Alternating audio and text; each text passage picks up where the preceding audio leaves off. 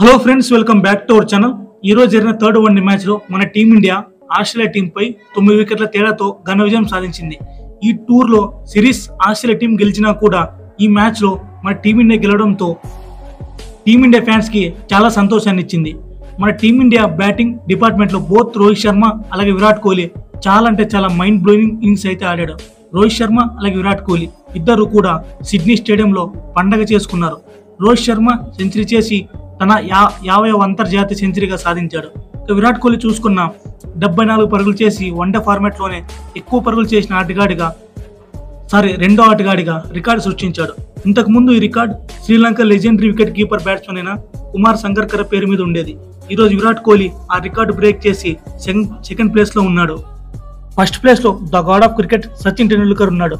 నిజంగా ఈ రోజు విరాట్ కోహ్లీ అలాగే రోహిత్ శర్మ కళ్ళు చెదిరిపోయి ఇన్నింగ్స్ అయితే ఆడి ఫ్యాన్స్ కు ఎంతో ఊరటనిచ్చారు. ఇప్పుడు ఈ మ్యాచ్ యొక్క పూర్తి హైలైట్స్ గురించి తెలుసుకుందాం. ముందుగా టాస్ గెలిచిన ఆస్ట్రేలియా టీం అయితే బ్యాటింగ్ తీసుకుంది.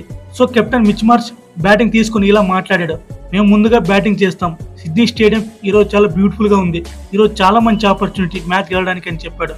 ఇక మన కెప్టెన్ శుభ్మన్ గిల్ చూసుకున్న ఇలా మాట్లాడాడు: ఈరోజు ఖచ్చితంగా మేము గెలవడానికి ప్రయత్నిస్తాం. మ్యాచ్ చివరి వరకు వెళ్ళినా సరే తప్పకుండా గెలుస్తామని చెప్పాడు.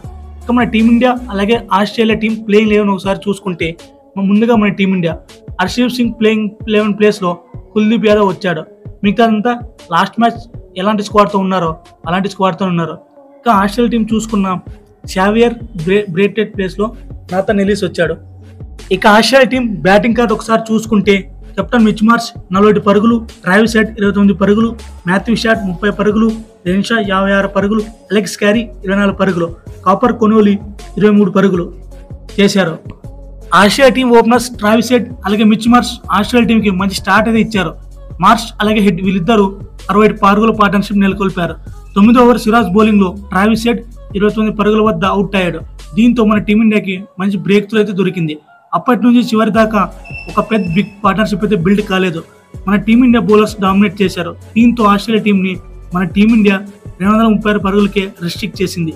ఇక మన టీమిండియా బౌలింగ్ పర్ఫార్మెన్స్ చూసుకుంటే హర్షిత్ రాణా 4 వికెట్లు, వాషింగ్టన్ సుందర్ 2 వికెట్లు, సిరాజ్, ప్రసిద్ కృష్ణ, కుల్దీప్ యాదవ్, అక్షర్ పటేల్ వీళ్ళ నలుగురికి చెరో 1 వికెట్ దక్కింది.